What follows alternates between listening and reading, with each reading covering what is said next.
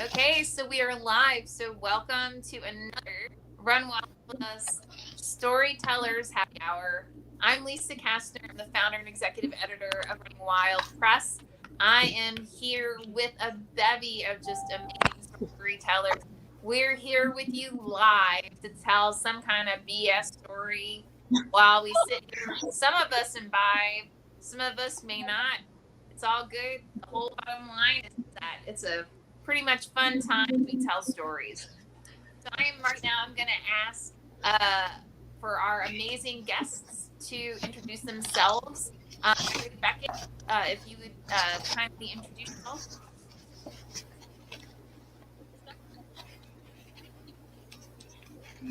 So Larry may not be able to hear me. Larry is actually one of our fantastic authors. We have an amazing narrative poem collection that he authored that we have published. We're going to actually publish a special edition next year as well. So I'm really thrilled to get that in everyone's hands. Alicia, if you would kindly introduce yourself. I'm Alicia Delory. I'm the author of Something is Better Than Nothing with Running Wild, Amazon bestseller, NBA. I am also a viral TikTok star. So you can follow me on there at Alicia D Reads. I've had a whopping 2 videos go viral, so not to brag. It's 2 more than I have. Right. Awesome. Right. Emily, if you would kindly introduce yourself. Sure. I'm Emily Samples. I don't have anything published with Running Wild Press, but I was invited here through Suzanne. I'm very excited to be here. I mostly write poetry because my attention span is too short to write anything much longer, like a story or a novel. But let's see, I don't have any viral TikTok videos. I did get really excited recently when I realized I have like 600 Twitter followers. That seemed like a pretty big deal for me. So maybe someday I'll be on TikTok. I don't even have a TikTok account. So awesome. Teehee. All right, yeah. Hi, I'm Teehee. I'm one of the co-hosts for the Storytelling Happy Hour. I'm also an author published through Running Wild. My short story collection is called Dark Corners. It was named Best Fiction of 2019, along with Suzanne. And that was really fun and exciting. What else? I live in Mexico. I'm not internet famous, but I guess I'm getting a reputation down here because, like, people know who I am before they meet me now. So there's that. People know me. Suzanne. I'm Suzanne, and I had, as Teehee said, our books came out the same year, and my memoir, Frontal Matter Glue Gone Wild, was also named a best book of 2019, and my next memoir is coming out in December, and it's called Stargazing in Solitude, and Emily and I recently, I have to go, okay, that way. Emily and I recently started our own online lit mag called Dead Skunk, so we're working very hard on that. It has been quite an experience, I'll put it that way. Lisa, I admire you so much more after we've embarked on this journey. It's been really something. So, yeah, I'm going to be submitting work to you now, just because. Yeah. It's a different experience than writing, I'll put it that way, but it's been really fun. So cool. Awesome. All right, and with that, I'm going to ask Teehee to please walk us through how it's all going to go down. Yeah, so moments before we went live, I pulled a prompt out of my big jar of prompts, of which we have several kind of just random topics that you can maybe tell a story on. So we each kind of pulled one and did a couple of swaps and switching around to make sure everybody had something good. Excuse me, the beer. And so now we're going to tell our stories. So we've all had a couple of minutes to think of what is going to happen based on our topics, and I'll tell everybody what their topic is. But first, our first storyteller is going to be Larry. And Larry, are you unfrozen now? Can you hear us and respond? It doesn't look like it. That's okay. We'll just go on to the next person, and then Larry Yep. When Larry's unfrozen, then we can do his story. Yep. All right. So next is gonna be Emily, and real quick, Emily, if you want to tell us a little bit about Dead Skunk before you get into your story, is sort of like a little nice intro. Sure. So Dead Skunk is an online literary publication. So it's an online lit mag, and our first issue is due out this fall. We're taking submissions right now through August 15th to be considered for the first issue, and we're accepting poetry, fiction, flash fiction, creative nonfiction, flash creative nonfiction, as well as hybrid experimental works. So if you're interested in submitting, then definitely you can find us on social media or at deadskunkmag.com is our website. Deadskunkmag.com. Yes. Cool. Yeah. All right. You guys Yep. let's get inundated. Exactly. That's totally fine. Exactly. Yeah. All right. Yeah. So my camping story. All right. So right now I live, even though I'm from Kentucky, but right now I live in southern Indiana. So I'm just over the border of the Ohio River in southern Indiana. And my boyfriend and I go camping quite a bit. And one of our favorite places is in Tell City, Indiana, and it's pretty remote. Tell City is a really small town. That's the closest town to the camping area, but it's one of those few remaining camping spots where there's no like official little hut or anything. You don't check in. You just bring your stuff and sort of like find a spot in the woods and put your gear, set it up. There's one of the like vault toilets, which are like slightly better than porta potty type situation. But other than that, it's just like you bring your own water, you bring everything yourself. So you're really out in the woods in the middle of nowhere. And we've been a few times and it's always really chill. It's really quiet. There's maybe like one other camper sort of, in the, nearby, like you might see their car on your way in, but you don't really see other people. But a few years ago, we went and we were just chilling back in the forest, and, having drinks or whatever. It was very calm and quiet, like nature sounds. And then as it got dark, we noticed someone was actually camped really close to us, and their fire just kept getting bigger and bigger and bigger until it was almost like a bonfire, like at a solstice festival or something. Like it was really huge. And we just kept hearing the loud like crack of like beers opening, like one after the other. And then we realized that somebody had come and brought like a bunch of their trash and like made their own burn pile out in in this like really nice camping area, and was just having a big party or whatever. So it was pretty hard to sleep, and he like went on really late in the night, but kind of like, I don't know, probably like 2 or 3 in the morning, it all kind of died down, and we were like in our tent chilling. So even though it's like a safe, nice camping area, it's one of those places where you don't really want to wander off to the bathroom in the middle of the night in the dark by yourself.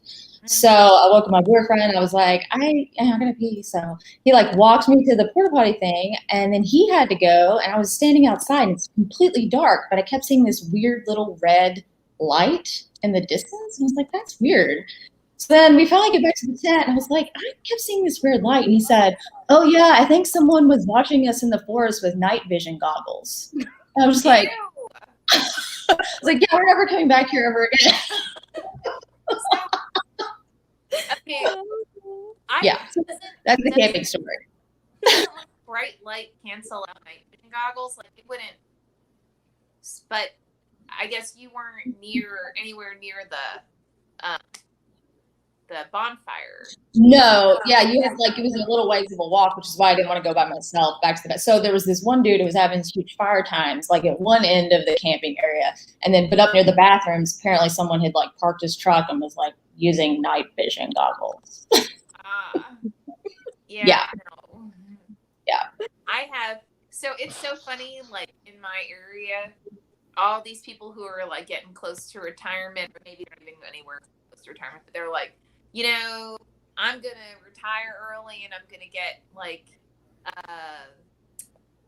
like a little camper, and I'm just going to go like camp around the U.S.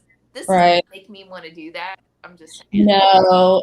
And it was especially weird because it had always been such a like very peaceful, beautiful place to go camping. In fact, we'd even like rescued a cat from there once when we had gone. There had been a stray, and we like took it to a like a no-kill shelter. And so that had been the previous experience with all these like very sweet, like very nice. And then that time was just all around creepy and weird. So I think if you have night vision goggles and you see some people moving, like I understand putting the goggles on to be like, who's that? What's going on? But when it becomes apparent that that person's using the restroom, you're just yeah. it's like, oh, they're doing their business. That's Right. that. Yeah. Yes. Yeah, no. Creepy. No. So creepy. That is so creepy. But yeah. Ew. At least you didn't get murdered. Yeah, it could have been worse. It could have been a lot worse, I guess. Could have been a lot worse. Hashtag silver linings. When camping comes up as one of the stories, because I grew up in New Jersey, it immediately makes me think of the New Jersey Devil. And like, you know how like, if you didn't grow up in New Jersey, you don't know this. Like every time anyone goes camping, every story is about the New Jersey Devil, and they freak you out when you're around the campfire with like New Jersey Devil stories. So yeah, so my camping stories would be like completely boring and strange. Anyway. Yeah, in West Virginia, I think it's usually the Mothman, or out west, it's Sasquatch. There's always all the Sasquatch sightings. Yeah. Totally. This is Larry, why I don't go can you hear camping. us? Yeah, Larry, can you hear us? I don't think so. Yeah, I sure can. Can you hear me? Yeah. Yes. Your video seems to be on a bit of a lag, but we can definitely hear you. Okay. So then based on that, I know, Teehee, what do you think? Should we ask Larry to do road trip? Yeah. Well, all right. My voice is. Can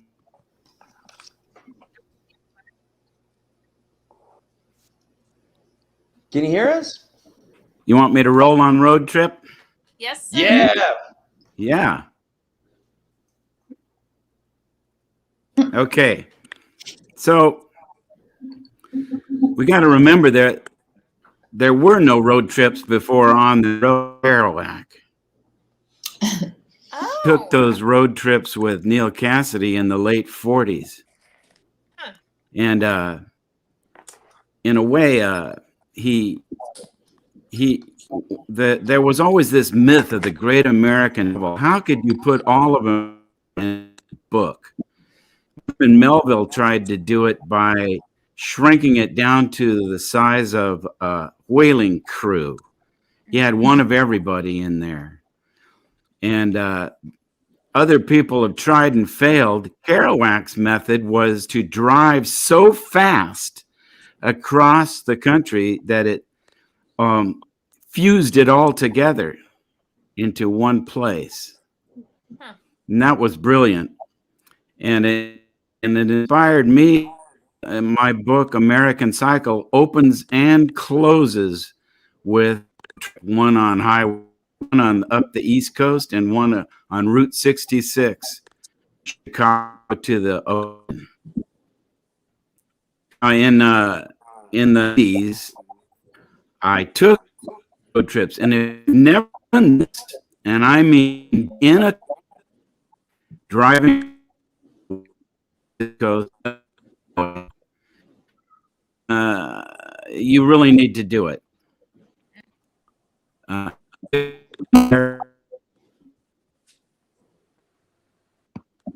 And amazing place to cross the Mississippi and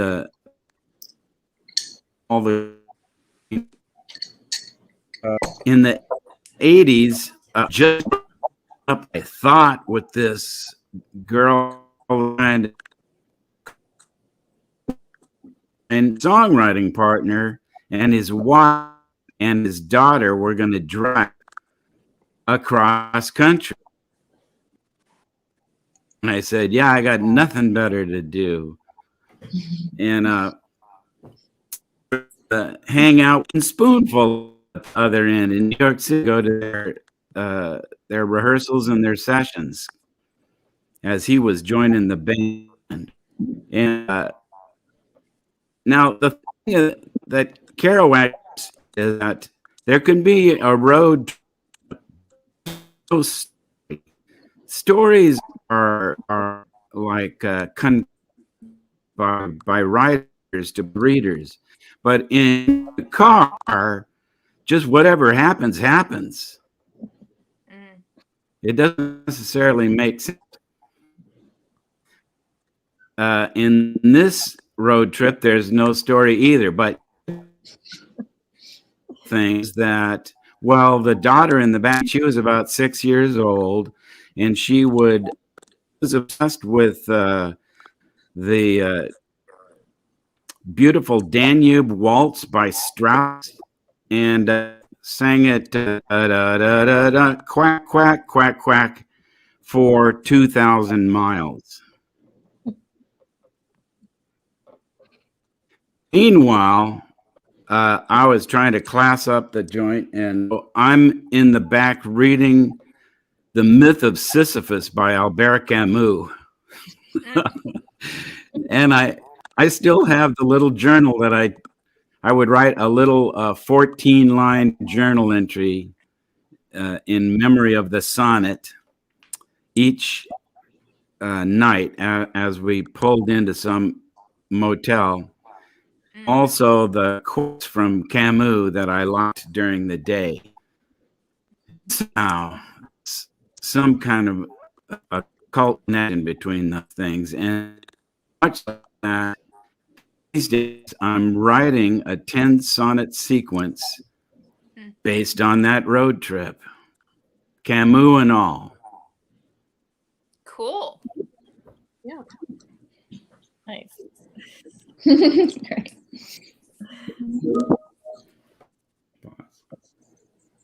Oh, T. Are T, you I think you're muted. Oh, I was totally on mute. My bad. You're perfect. I was like, oh no. It's fine. I was going to say, I think the longest road trip I've ever did in one city without stopping at a hotel was Orlando, Florida to Austin, Texas. 22 straight hours and like way too much caffeine.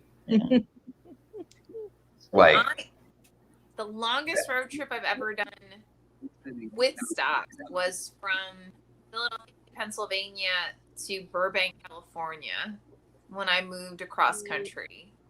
And I actually don't remember a whole lot of it because I was so paranoid that, like, oh my God, I have to get this done in so many hours. Yeah. So, there's nothing. What about everybody about that road trip? What is everyone else's longest road trip? In many ways, wish that I actually did take the time to enjoy the America, but mine was in 2013. I drove from Savannah, Georgia to Warwick, Rhode Island, and I had 2 of my dogs in my back seat, which was a nightmare. I just drove by myself, and then I got lost in New York City for like 3 hours. No. Because my GPS, I don't know what my GPS, but I'm like in Times Square, and I'm like, how the fuck do I get out of here? And I drove straight through. Not a good time.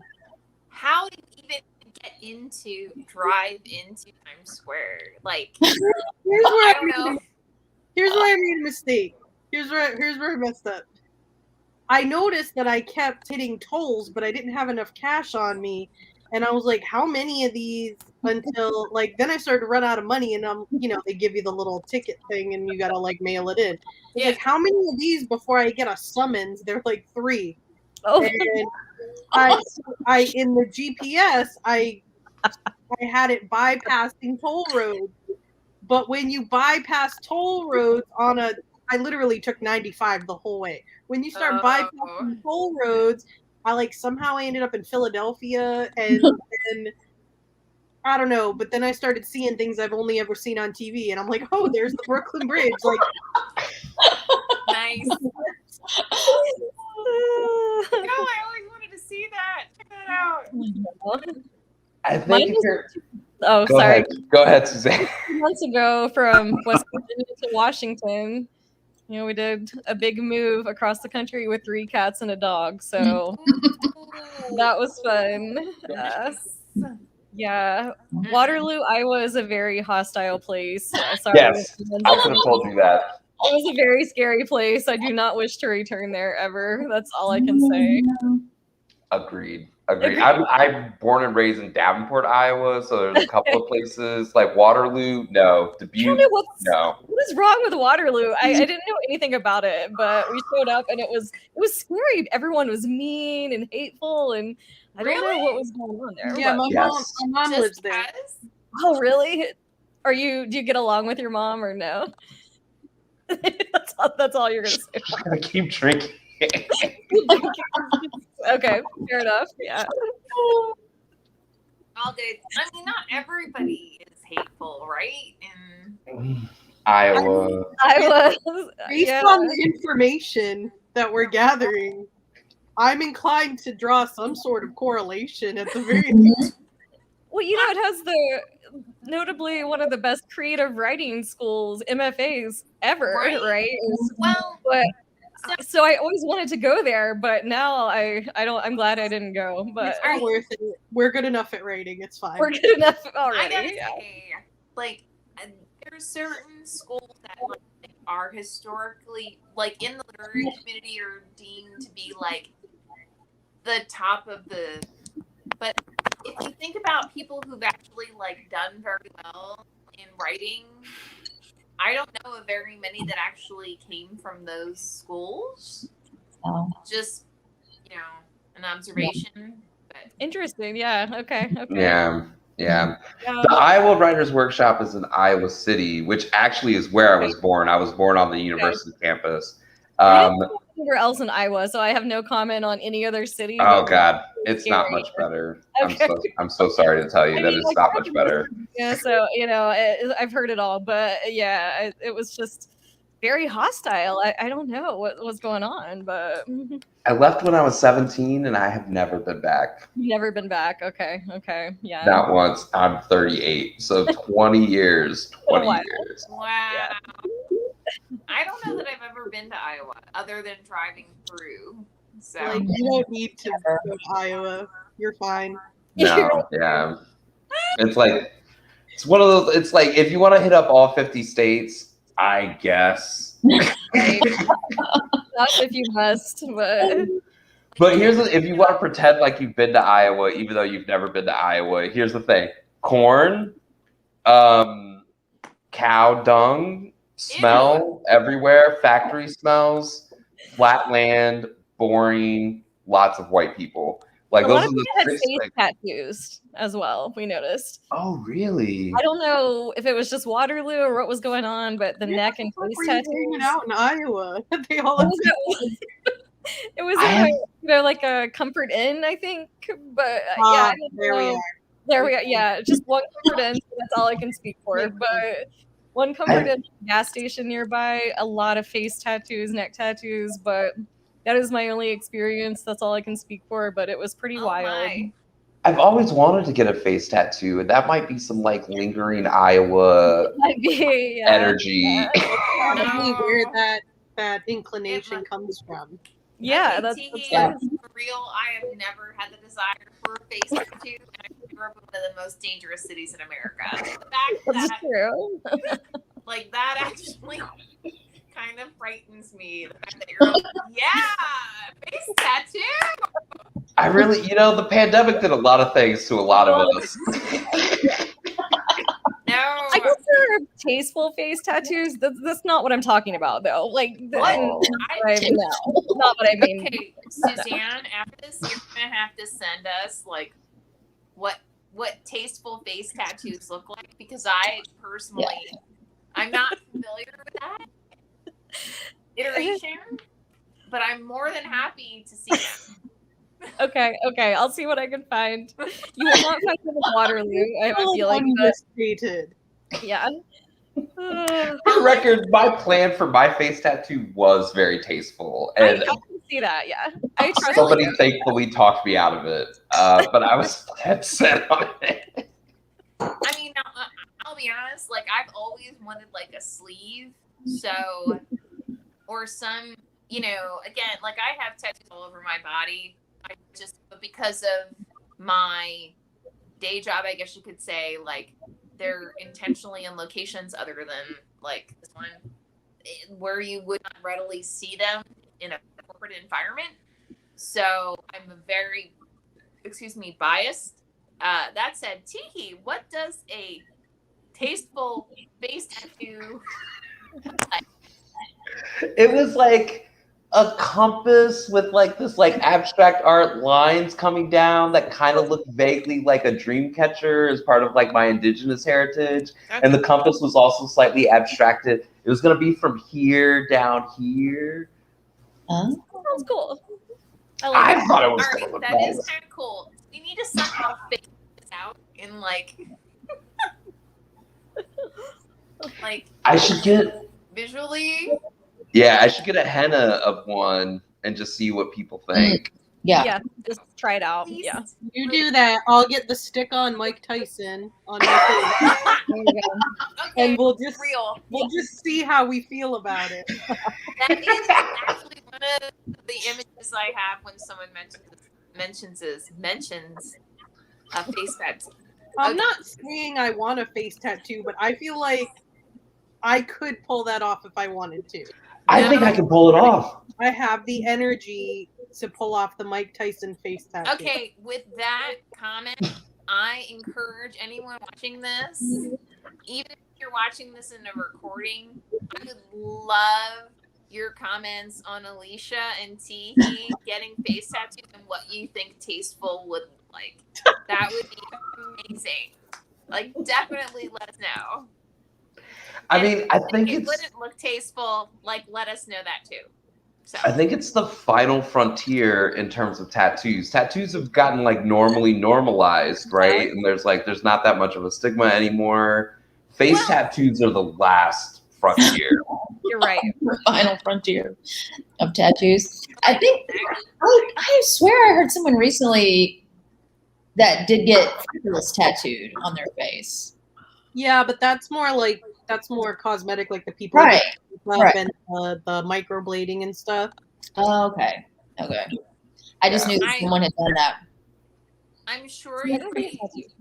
Because there was a time when like multiple, earrings was like a big fat no, and now you see it everywhere. Mhm. But I'm clearly too conservative, I guess, in order to be accepting of that.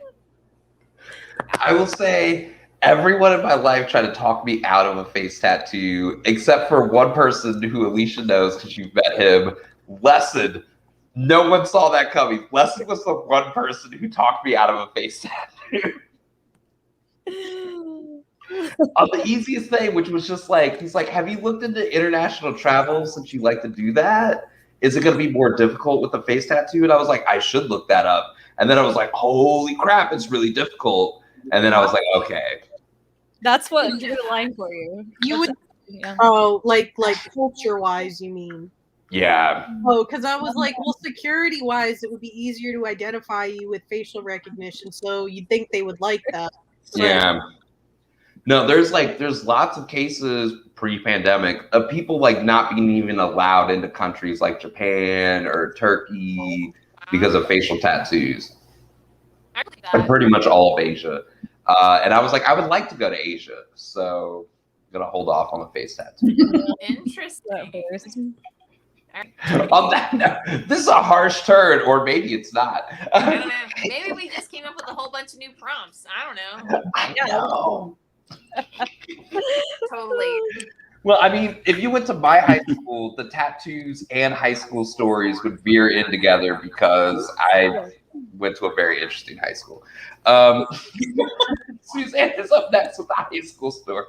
I did not go to an interesting high school. It was pretty tame for the most part, but my sister is listening, I think. She's doing a hair appointment, but if you read Frontal Matter, you're probably familiar with my sister. So she's very different than I am, and we're 3 years apart. She's 3 years younger, so she's blonde, blue-eyed. We fought all the time as kids. Emily can testify to that, but we were just always on each other's nerves constantly. So there was one year when we were in high school together, and so I'm going to tell that story. I was not a mature high school student in the story I'm going to tell, but she and her friend had just been irritating me to death. I just like couldn't take any more of them, and they knew they were irritating me, and they just kept on and kept on and kept on, as sisters and their friends do. But I had had enough, and so I decided I was going to do something really terrible to them. And this is not something I'm proud of, but it's kind of funny. And so my sister was obsessed with Surge and Mountain Dew. Surge, I think, made a comeback a couple of years ago, but it was like her favorite drink. But this particular thing was a Mountain Dew. So this is very insidious, and I was just kind of like, I'm going to do something horrible, and they're just going to regret that they ever bothered me ever. So when they weren't looking, I urinated in their Mountain Dew. Oh my god! And like I peed in it, like took it in the bathroom, peed straight in it, and then put it back on the table, like in the bottle, like nothing ever happened to it. And wow, they drank it and had no idea. But you know, like I wasn't satisfied with that. I just thought it's not fun if they don't know what happened, because I wanted to make them so mad. And so eventually I told them, but they were so mad at me and so disgusted. And it was the worst, probably the worst thing I've ever done to anyone. Honestly, it was so gross and so disgusting and so bad, because I just let them drink it, and they had no idea, like, just no clue. But then to get me back, they peed in my shampoo, and I had no idea. So for months, I washed my hair with their urine and had no idea. And that's pretty much the synopsis of my relationship.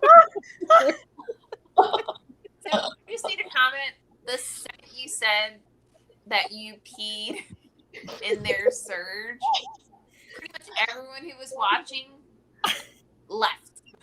I can't take it. I'm done. I don't hear that. Like, oh Yeah. my god, she said it. Like, Yeah. yeah. It was Yeah. over. Yeah.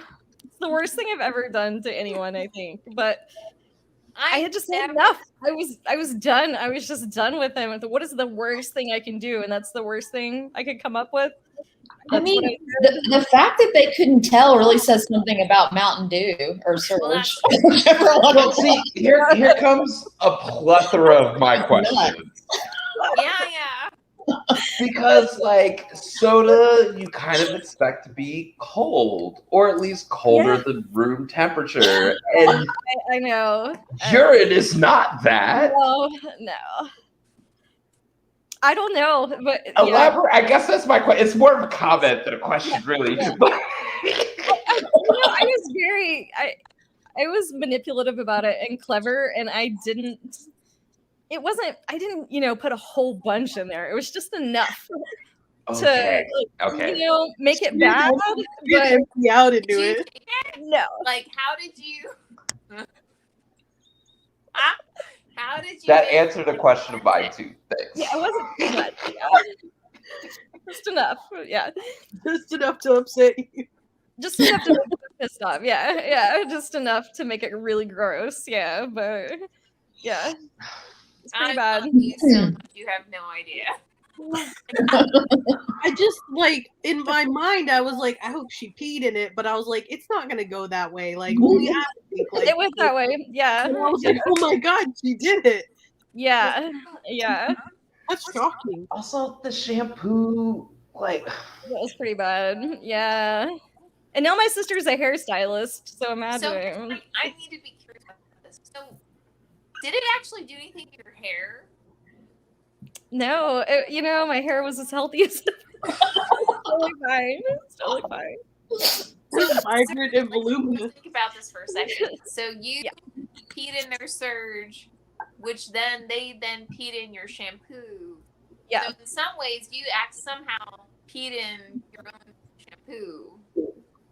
Yeah, I mean, they got me back. It was just like a, That's some I guess it circle was inflation. more of a prank, like a very dark prank than a like getting mad at each other. But yeah, it's just, yeah. Moments like these, I realize what a nerd I am. I'm just putting that out there. Like I really Moments bad like at these make me glad to know that I stopped using shampoo like shortly after turning like 18 or 20. Because if you have like ethnically black curly hair, shampoo is not good for it. So I'm like, Oh, that's true. yeah. Yeah, and So sisters, you know, if you don't have a sister, you don't understand, but sisters cut deep sometimes. They just like they'll get you where it hurts, you know, if you're really mad. And so it was just it was a rough year when we were both in high school. We didn't like each other, we didn't appreciate each other. Once I left, we got closer, but that year was we hated each other. And so that was just like, okay, we're done now, you know. That's it. All right, we're done. And that was that. And Okay. yeah. Now we're closer, but that was rough. also adolescence can sometimes bring out the worst in you. Oh, You yeah, know, like sure. you're young, you're not mature enough to understand your No. consequences. And Oh, that's Yeah. true. Yeah. Where you're just like It takes years. It was bad for a while. Yeah. It was bad. Real bad. Yeah. don't cross Suzanne. No. In your pop. Yeah. Dude. Wow. That's a thing, man. That's a thing. That is a thing. That is a thing. Yeah. Right, next. So gross. Next, Lisa, you have to top this with a story about None of us fitness. are going to top that. Honey, I can't do that. Like, I'm just saying. Nope. Okay. So actually, I was just talking this morning to a friend of mine about, like, you know, how, like, the school I went to, you had to be like, it was heavy in academics as well as in athletics, and I was like not athletic at all. I mean, like it was like, oh yeah, join the lacrosse team because that's easier than the others, which is a crock of shit. I'm just like, I did not make the entire lacrosse season. I think I made about half, something like that. I mean, maybe if at least we had like a swim team, or I mean, I've never joined the like a cheerleading squad, but at least if there was one, I might actually have gone out for it. Because my graduating class, just for context, was all 24 people. 5 of them were boys. Everybody else was a female. So just so you've got that idea of like, I guess you could say the dynamic that existed within my high school. Okay, so fast forward. So I get older and it's like, okay, so now fitness, it's not about like, you know, let's win this championship, let's win right? It's more about like just general health and like really kind of being putting myself in like challenging myself, right? So I went from like not doing a 5K to I've done like 20Ks, I've done half marathons again, but it's because it's like, hey, no one's sitting here going, you need to do like a 5-minute mile, right? I can like walk some of it, I can run some of it, I can just do it at my own little thing, right? Okay, so about 4 years ago, to get the story, 4 or 5 years ago, I joined this new gym to me, and I had a new coach, and so he was giving me like, you know, here are the different like workouts to do every week. And at one point, one of the other coaches was like, hey, you know, you should do a Spartan race. Now, for those of you who don't know Spartan, you need to search it. So search Spartan races. It might be easier if you do Spartan Sprint or Spartan Super or something like that. So what a Spartan race is, there's like 5 different versions, and the Spartan races are like The Spartan Sprint is a 5K with 11 obstacles. And there's a super that's like, I think, a 10K or 15K. And there's one that's a 20K, 1.5 marathon, one that's a full marathon. The full marathon, you've got 24 hours to complete with some insane number of obstacles to do. And like, if you don't finish within that time frame, then like you don't get acknowledgement, basically, right? So my hiney's never doing that. Just putting that out there. Okay, so I was like, I told my coach, I'm like, hey, you know, I'm gonna do this Spartan sprint, and he was like,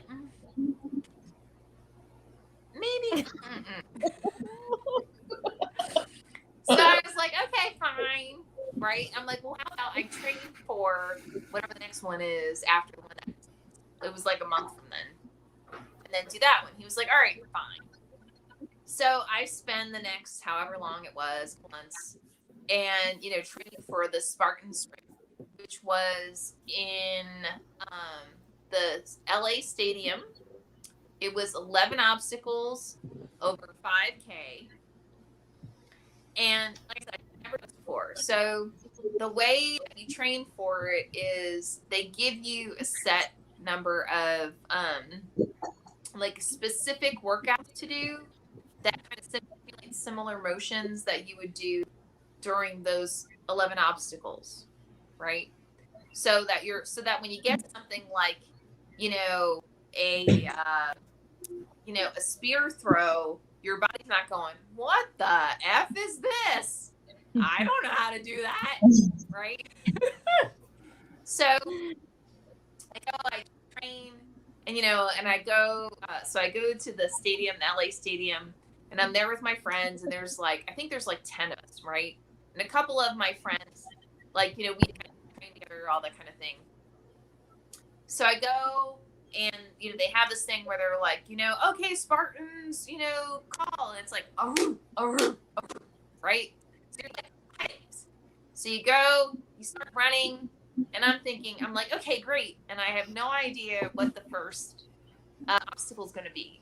Well, the first obstacle is one that they don't actually have on the list. It's to jump over an actual wall, a 5-foot wall. I have no idea. My ass can't jump over a wall. I'm just saying. Like, I'm like the little kid that needs like a step ladder. Yeah, that's me. So I get to this wall and I'm like, oh my God, fuck, what am I supposed to do?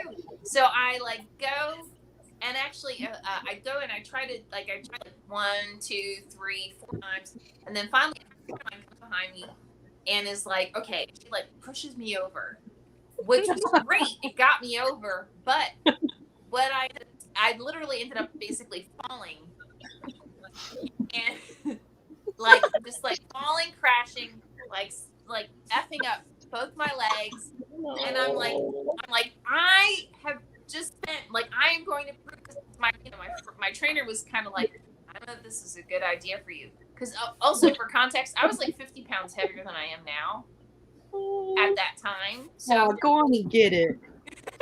yeah. So I'm like, I am finishing this. Like, I was so determined, like, I am going to finish this. I don't care. Yeah, you are. So I literally fall, and I'm like, full of adrenaline. I jump back up. My friends, I mean, I love them so much. When I fell, they're all standing there going, oh my God, are you okay? Like, I was that kind of like bloody, like all kinds of messed up. I'm like, I'm fine. Just keep going. And I'm like, okay, please, God. So each obstacle, Alicia, don't spit.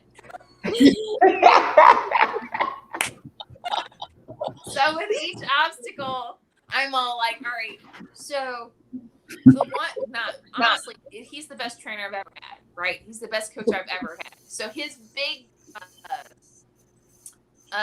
like, coaching for me was, before you get to an obstacle, stop, watch how people are doing it, see who's successful, and do what they did. And I'm like, that's really smart.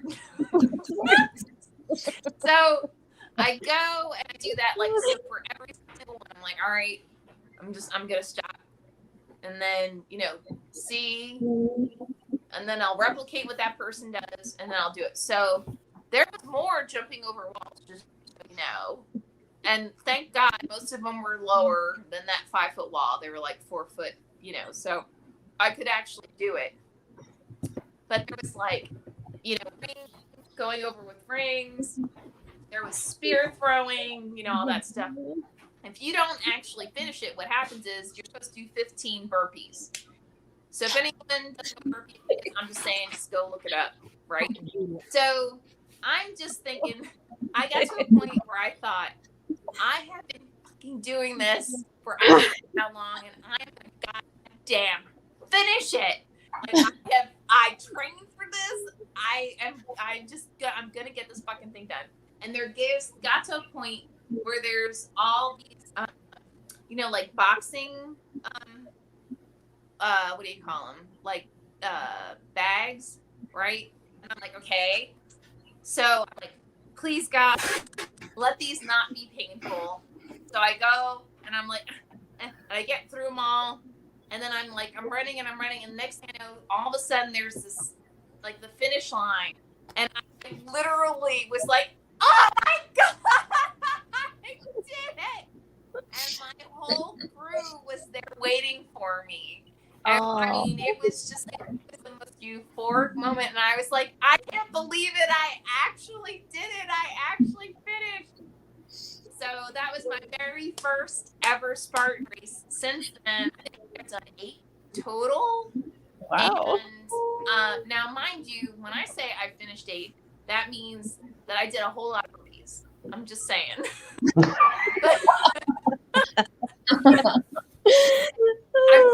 The fact that if you ever want to self-challenge and like give yourself an opportunity to kind of say, all right, I'm gonna do this because I wanna prove that I can, right? Because like I mentioned, in high school and junior high, middle school, my ass was the least athletic thing you would ever find in your entire life. I mean, like, I could dance, but that was it, right? I could not run. I could not throw basketball. Anything athletic, nah. So if you ever want to, like I said, self-challenge, go look up training for Spartan race, and it is definitely worth the try. So Cool. Yes, that's way better than I could ever do. Yes. Me too. I am not athletic at all. My mom said I was sporty when I was little, but I don't think it's true. She always says sporty. She said that recently. But I was not sporty, and I think I was similar in that I really didn't like the competitiveness of it. Like I was not, and I'm still not athletic, so. The position is like it's about a team. Then I would have probably been all about it, but because it was all about the compete, I was like, oh no, you can go win. I'm gonna go in the corner and drink milk. Yeah. I'm only academically competitive. Once somebody tells me I'm being graded on it, I'm like, yes. Yes. I'm getting an A, damn it. Like, true. That's true. But I'm like, wait, I'm supposed to do that with my body? Yeah. No way. Or if it's like a trivia game or something, and then I'm competitive. I was like, oh, we're gonna win trivia or something like that. But no. But yeah, physical, no. I'm absurdly competitive in all things. All the time. I am a sore loser and a really ungraceful winner. Great. Everything is a competition. Everything. It's so funny. Like, if I don't think I'm competing with anybody else, I will then I'll rate like the top whatever. But if in my head I'm competing with like the world, there's something in my brain that shuts down. It's the most bizarre thing. See, most people are the opposite though. Like, I honestly wish I had it your way though. We don't. That's much better. I still remember because I went to a private school. I remember like they were doing like, interviews to go to the school and all this stuff. And the most challenging history teacher ever, like he had us take the test along with I think it was the sophomore class. I got every single answer right. Now, mind you, I was in middle school, right? And I got every single answer right. Yeah, no wow, because when I was the sophomore and it was the exact same test. Like, no shit. I went back and checked. It was the exact same test. I got half the answers wrong because something in me went, so it makes no sense. Wow. Mm-hmm. I don't know that I'd rather be Alicia. Like, I'm good being me. I'm saying I'm not very good. Like, if someone's like, no, I mean, I like that the competition part turns you off. Like, that's what motivates me. If I can lay the beat down on someone, that's what I need. You should play roller derby. I'm like, I love research and I love knowledge and I love using that research and knowledge. But if someone's like, tell me exactly what happened in 1872, blah, blah, I'll be like, So, yeah, roller derby? No, I would not do well at roller derby. Alicia should play it, though. Here's the problem she should totally play it. Here's the problem with someone like me in roller derby. My skill set doesn't always line up with my level of competitiveness. A lot of fouls. I feel like I'd end up getting the shit kicked out of me, but like I'm so delusional about it. See, that's with roller derby though. You would be perfect. Like I would get right in. I'll go to CrossFit competitions like this with people who are like obviously in better shape than me. But when it comes time to see who podiumed or who made the finals and they read it out loud, my brain is standing there like, this is outrageous. This is outrageous. Because that's how in the zone, even though people standing next to me are like, really? Really? You would fit right in, though. This might be a hot take, but I feel like there's a certain amount of delusion necessary for roller derby. Absolutely, that's what I'm saying. Yeah. Because I love roller skating, but like the violence and aggression of roller skating, I'm like, I've hurt myself seriously roller skating for fun. Just for fun, yeah. Something to do it competitively, and people go into it thinking they're going to be fine. That delusion helps you. Yeah, Alicia, you would be great. Yeah, it would be I don't know how to stop or turn on roller skates, but I'd probably be okay. You would learn. Yeah, it'd be fine. You'll just eat the wall a bunch of times. No, but like in my head, I'm like, that is a good idea. I should try. Like, that's how deluded I am and driven by competition. That I'm like, yeah, I could do that. You could do that. You really could. You could do that. Just do it. I'm actually a very fast skater, though. The last time I went skating in like roller skating in a roller rink was my niece's, I think, 10th birthday. She's like 18 now, so like that gives you some perspective. But I was like slightly tipsy. I don't know why they give adults alcoholic beverages at roller rinks. That's a terrible idea. Now I'm gonna go fast. You're like going around. I'm getting really, really fast. Very impressed with myself, but I don't know how to stop. Right, so like, and I like can't control myself anymore. So I'm just screaming. And there was this like little chubby kid, like basically like me when I was a child. Right, this little chubby kid who's just trying to go, and he looks behind me and he sees me, but he can't like hurry up. And I just like scoop him up in my arms. It's like, like go back. And then I wiped out, but I like held him up because he was a small child. So I'm like, you're not gonna get hurt. I'll take all the injury. That's amazing. Oh, the impact. And that little kid was like, let's do it again. I was like, no. That was fun. Oh my god, I love that so much. That's awesome. Yes, Alicia, do roller derby. You will enjoy it. Totally. All right, next one. Yeah, next one is Alicia. Sports ball, I will have to say, I'm a gay-ass gay person, so I don't know anything about sports. So this is why this category is called this. It's open to your interpretation on any kind of heterosexual activity that I know is sports. Okay. So when I was 9, my parents signed me up for softball. I grew up playing outside, so I always wanted to play like badminton or whatever with my sister, but I'd always kick her ass because she's like younger than I am. But that never once inspired me to like take it easy. So like, you spike the fucking birdie, hit her in the face, and you're like, I win. So they thought it would be good for me to go play sports.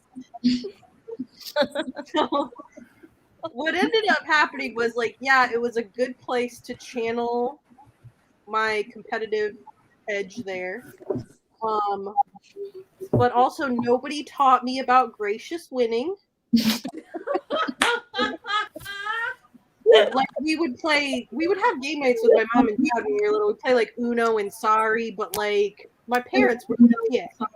So like we'd be playing Sorry, and my mom, when you land on the same space, you say sorry, and she fucking knocks but she'd be like, sorry, and I'm sitting there like 6 or 7, like, but like, Oh, no. like my dad would hit me with a draw 4 and just be like, Dude, Uno is a treacherous game with family. These are the role models I have about like winning and losing. So you can imagine how that translated into like situations where perhaps I disagreed with like the 13-year-old volunteer umpire who was there. Like, oh, was that a strike? So, I used to get I got benched for my poor attitude, and you know how you like line up behind home plate and you're like, good game, good game, good game. Well, I would pout and I'd be like, but then if we won, I'd be like, good game, good game, good game. And so we got that piece. I can channel the competitive edge. I'm a terrible winner and loser. So like, no matter what happens, I'm not responding appropriately, and nobody's correcting me properly. And then, but it's also like a really good model for how I take interest in things. I don't know how to like things in a chill way. So once I got into softball, it became my whole personality. And none of that has changed. Like, I do CrossFit. It's like a personality trait. I just bought a Peloton. It's a personality trait. Like, I don't know how to like things in a chill way, but it also was like, it's outside validation, which is why I don't like working out in a gym, because there's nobody there to like, 1, compete against, and 2, to cheer you on.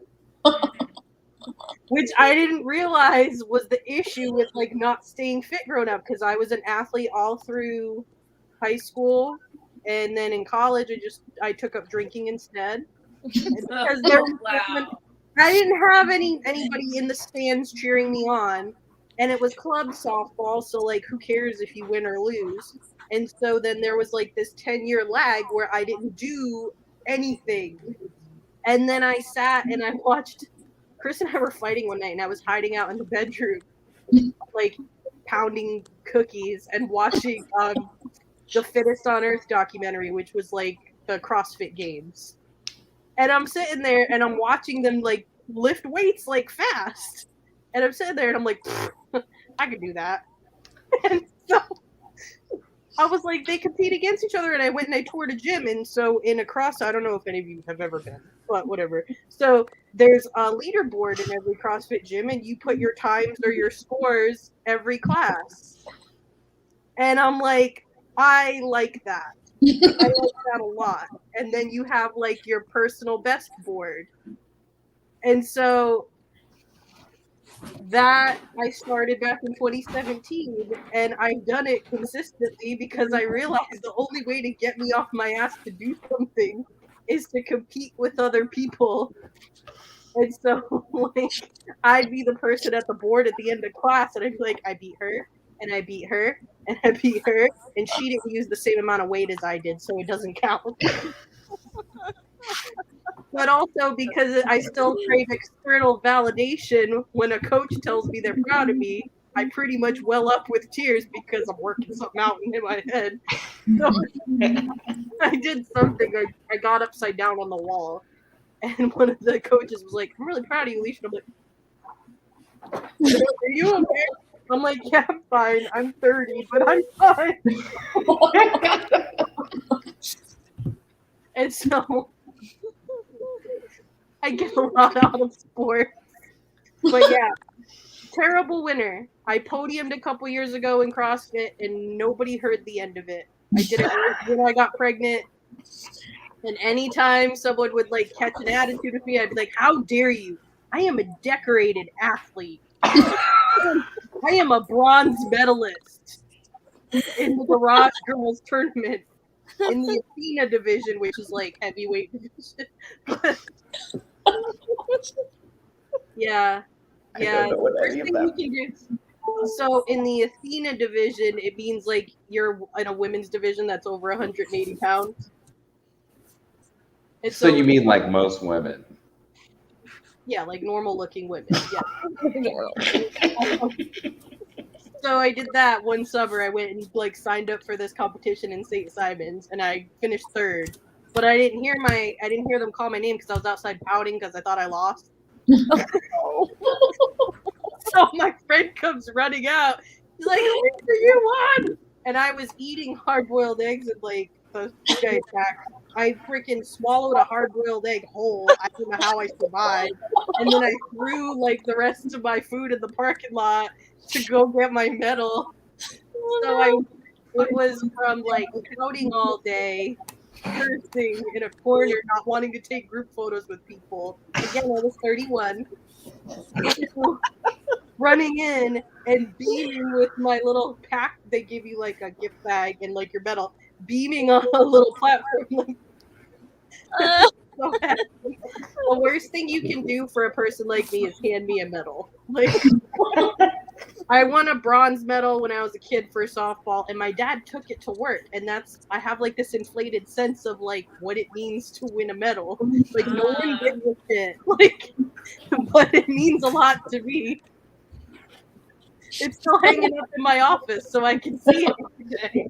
I have my CrossFit medal and my softball medal hanging up. I got all my trophies from when I was a kid. Like, they don't mean anything now. And I keep them all. But when you talk about it, though, now it sounds unhealthy now that I'm saying it out loud. Now! Actually, hold on. I have to use the restroom because that just set me over. I'll be right back. Like, when you say it out loud, it doesn't sound as good. Oh, no. It sounds like I have some things to work out. So, how do you feel now about it all? I guess. About what? Like athletics, and I mean, do you still pursue more competitive? So it's hard right now because of COVID. So that's what I've been struggling with too. Like, I do my CrossFit, but I do it from here, and I'm just competing with myself, and that's no fun. I have a little app that I log all my stuff in, and I really miss like maybe seeing some catty bitch next to me who like we have like a frenemy relationship, so I'm trying to outrep her in a workout, or like seeing the leaderboard and seeing like, oh, she PR'd and I need to do better. Like, I miss that, and it definitely harms my consistency for sure. I see. But like now I got my Peloton and there's a leaderboard on there. So, like,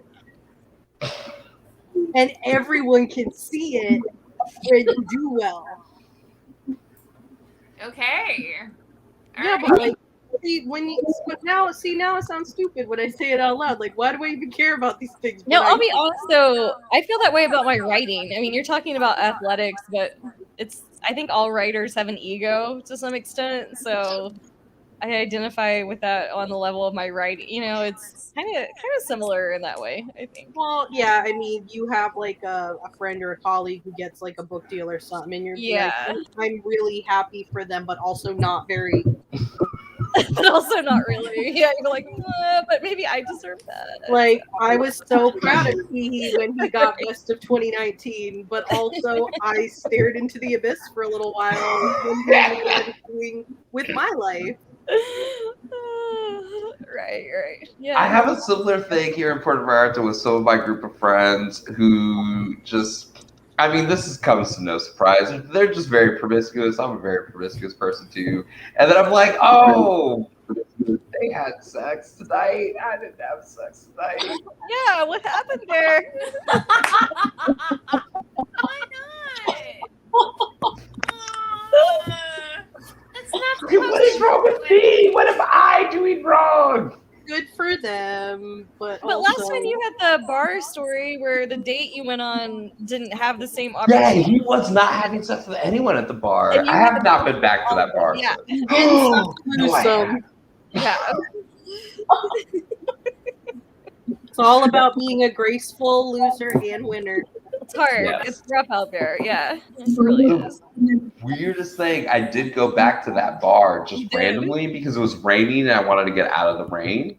And the straight guy, straight Sergio, is now the owner of that bar somehow. Straight Like- Sergio? Straight Sergio owns that bar. Like, I met him his first day there. Like, he's been there less than a year and he now owns the place. The bar.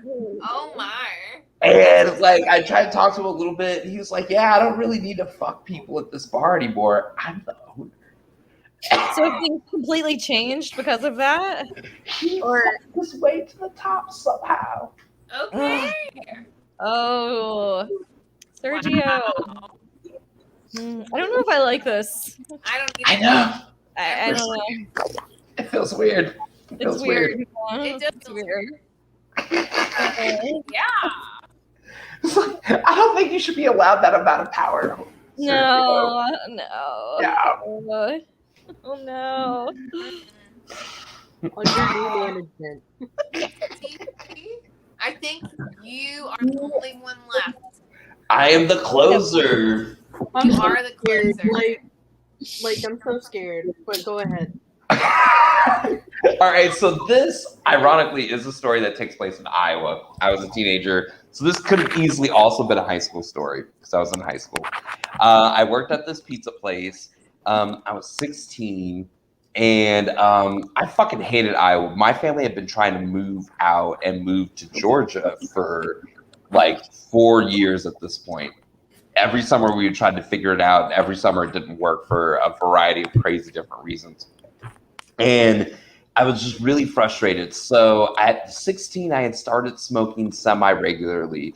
So I was working at this pizza place, and then I would get off of work, and I'd sit on the like car stoop next to my car and just smoke a cigarette that I would bum from like a delivery driver and be all like teenage angsty and like stare at the full moon. And I'm like, God, am I ever gonna leave this town? Ah. And like sometimes the wind would blow. So on this particular night, the wind like blew, and you could see the wind blow across the moon. It was like blowing the like collar of my shirt against my neck, and I'm like I'm all feeling it like gay teen. Like I'm just over dramatic. And I'm like, I finished my cigarette. I'm like, fuck it. And then I get in the car, my car, beat up car, because it was my first car. I was 16, so the radio doesn't work at all. So I have to like sing if I want to like have music in the car. So I'm just like driving, I'm singing. I was singing, I think like Whitney Houston, just trying to like hit all those notes, like and like the wind is going. I'm a horrible driver. I am a traditionally terrible driver. So when I get really into a song, I start like speeding a little quickly, and like I roll the windows down because it's late at night. It's like 1:30 in the morning, and it's a school night. I have to go to school the next day because this was my life. In high school, towards the end of high school, I got like barely 4 hours of sleep a night, Monday through Friday, and probably less on the weekends. I don't know how the fuck I survived. But I went to school. I had 2 jobs. I volunteered. I like mentored younger kids. I just like every fucking thing. I was like, get me into college so I can get the fuck out of here.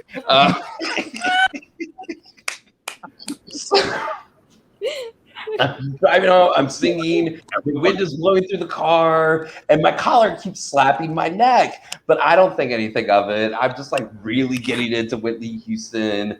What was that song? Like Heartbreak Hotel. Heartbreak Hotel. Yeah, okay, whatever. All I really wanted was some early time, and then you play with my emotions. Like I had ever been in a relationship. I had no time for that. So get home, park the car, step outside. My collar is still flapping against my neck, and I'm like, this is weird because it's not even windy anymore. So I step inside to get ready for bed, but first I have to like brush my teeth and like go to the bathroom. When I turn the bathroom light on, there is a giant bug off my neck this entire time. Oh no! Huge and circular. It has so many legs. And it's flappy. And like this whole time I thought it was the wind. And it was this bug on my neck. And I'm like, oh my God. Ah! No. Oh no! Throw it on the ground and tried to step on it. It was fast. But then it was like somehow, I kid you not. Okay. So somehow I was able to get it into the sink, into the bathroom sink. And I turned the water on. I turned it on super hot. I was like, fuck you. And I'm like, okay, it's done. It's over. You know, like it's a scary movie. And I like get my toothbrush, my toothpaste, get ready to brush my teeth.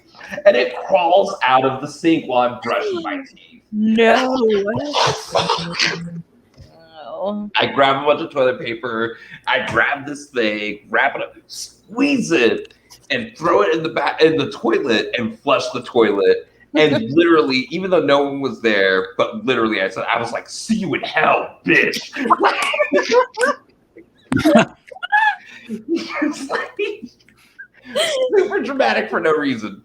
Flush it down the toilet, and I'm like, "Whew, okay, it's done." So then I go to bed, and I wake up at like 4:35 because I have to do volunteering before school, and then work at school, and then work after school, and then my other job, and then all it's like, just please get me the fuck out of Iowa. I was the most busy person I ever knew. But I wake up and I'm like up with no sleep, like get me some coffee, put the coffee on. I'm gonna go to the bathroom. You know, when you wake up, you have to go to the bathroom. And I'm in the toilet, I'm like going to the bathroom, and like something touches back, which is not something that I'm used to feeling. I'm like, what the fuck is this? It's the bug. It never flushed. It was waiting. Okay. No. I got some winter boots. I was just thinking of this off-Broadway show that was like super dramatic about some abusive relationship. And the lady was like, he was waiting. And like, that's what I was feeling about this book. I grabbed this book. I just like stopping again and again and again in the toilet bowl, right? So water is splashing. And I'm like, I don't care because I'm gonna shower, but this thing is gonna die. If I do anything on my life, this thing is gonna die. I split it in half, so I'm pretty sure it's dead. What 25 years later, I'm pretty sure it's dead. What kind of bug was that? Yeah, that's my question too. It was like this big. Bugs. It was like this big, and it had like legs. I don't know, and it had wings. Like I want to say it was a roach, but it was way too circular for a roach. And like roaches are like hardy creatures. No. But this was intense. That bitch knew how to crawl. I broke it. I'm pretty sure it's dead. That just reminded me of like Boondock Saints when they shoot. He accidentally shoots the cat, and there's like cat pieces on the wall. He's like, "Is it dead?" Oh, Probably dead. no. No. T, I love you. I will now have nightmares. Like, great That bug, was a great. but I am gonna have nightmares from this. I'm just saying. I just want to know what kind of bug that is. It's terrifying. Because They then I'll be only have them in Iowa. and terrified. They must only have them in Iowa. I've never seen a bug like that again. Iowa And bugs. I live in Mexico. I've seen some bugs, but I've never Nope. seen that bug. It's death on sight now. Anytime. So, Like, I almost want to describe it as like a scarab, but like I've seen scarabs now, and I'm like, oh, it's not necessarily like, it's like a Scarab. fat cockroach. I like scarabs, just so you know. And it was, I guess, native to the pizza place that I was working at. So that's where Oh, they've seen They the were- rooster. No. Oh, So, on that note, I want to thank everybody who joined us today for another Run Wild with Us Storytellers Happy Hour. Thank you. Look for us next month, Alicia, Teehee, and myself, and our guests as we come forward with some other kind of bullshit that is entertaining. Have a fantastic week, month, year. See you guys next month. All the best. Bye. Bye.